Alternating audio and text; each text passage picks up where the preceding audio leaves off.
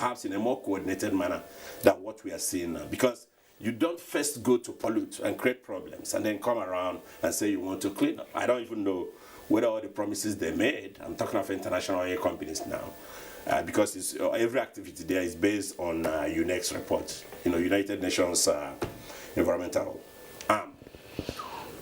Okay, so whether they are keeping those promises.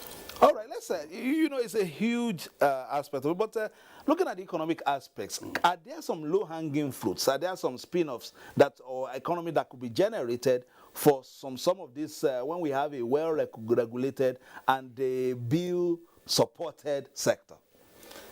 Too many of them. Let me give you a background. We are here. We're well over 200 million persons now. I also want to refer you to what happened during the deregulation in, when NITEL, you remember when NITEL was all powerful NITEL and things like that. And when we're moving into telecommunication, telephone, deregulating telephone and all that, it seemed like it was not going to work. But today you find that Nigeria is perhaps the first destination for all these companies because of what MTN and a few of these other companies have been able to get out of this country. So what am I saying? We have things to make us benefit massively from renewable energy. We have wind, we have good sun light, we also have water. So we can easily move into renewable energy with in fact effortlessly, and then have people have jobs. If you listen very well, I was also privileged to be with Mr. President in Marrakesh, where he had Marrakesh, Morocco, where we had a COP meeting, and we had some side meeting with John Kerry when he was Secretary of State, who is now the U.S. envoy, presidential envoy on climate change. That shows you how important this thing is around the world. So what are we saying? If we are able to get a law in place to encourage investors to come, we will increase the energy that we have available for all industrial activities. We will create a situation, enabling environment for investors to come and say, this is the law we're looking at, and this is what the law says. I was in Abu Dhabi in 2017 for a summit, for a conference. They have gone far. Yeah. So, and what happened? Well, I met with very young Nigerians who were there. Some of them met first class here.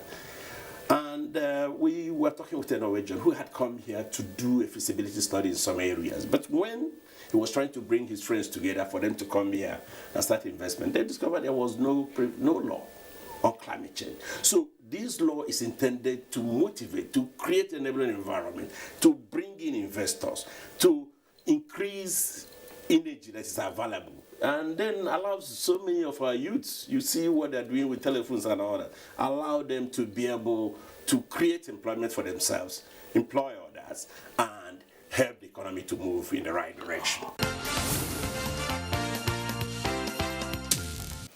Now, talking politics, ahead of the June 19 House of Representatives by-election in Gwaram constituency in Jigawa State, one of the aspirants, Ado Yakubu Zandam, has called on the party to address what he described as injustice done to him at the primary election.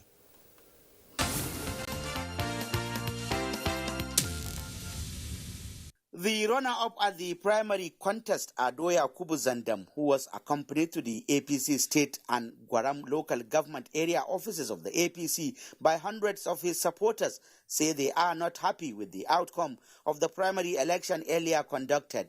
Describing APC as a peace-loving party and Governor Muhammad Badaru Abubakar as a leader with the listening ear, the aspirant expressed confidence that they will be given fair hearing on the matter. We are proud of our people. I know their right, they will defend their right, and what to say about they are the people of APC.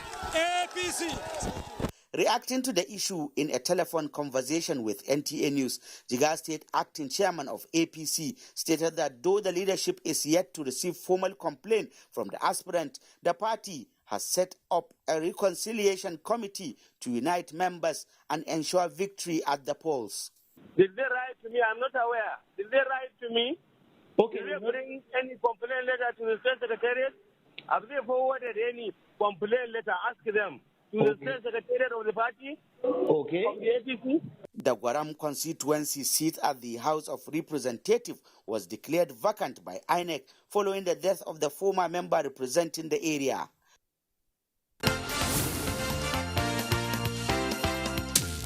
Some stakeholders in the All Progressives Congress have reaffirmed their commitment to embrace the party as an institution and a platform to entrench democracy in Nigeria.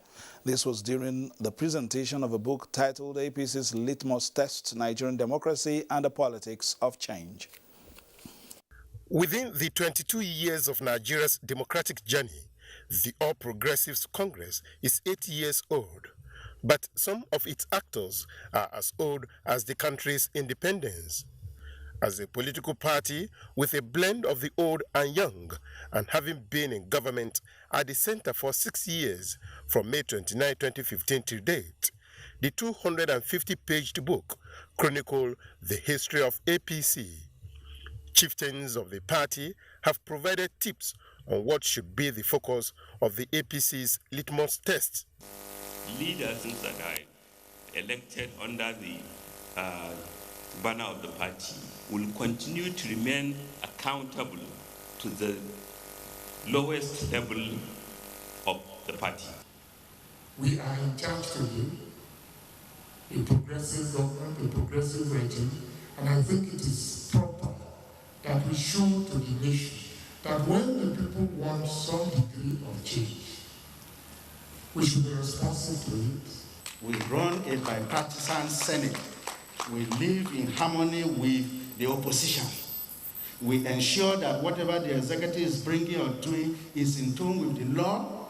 The litmus test for me, whatever our party has gone through in the last 6 years, or 8 years as it were, we are still facing a lot of challenges. It is a book that can serve to generate the necessary intellectual discourse and pathway for the APC to fully define itself in terms of its policies, internal governance, and most importantly, its identity. The author said promoting intra-party peace stimulated his intellect. For me, one of the big challenges is that politics must not be reduced to the question of election. And the underlying issue about democracy is political party.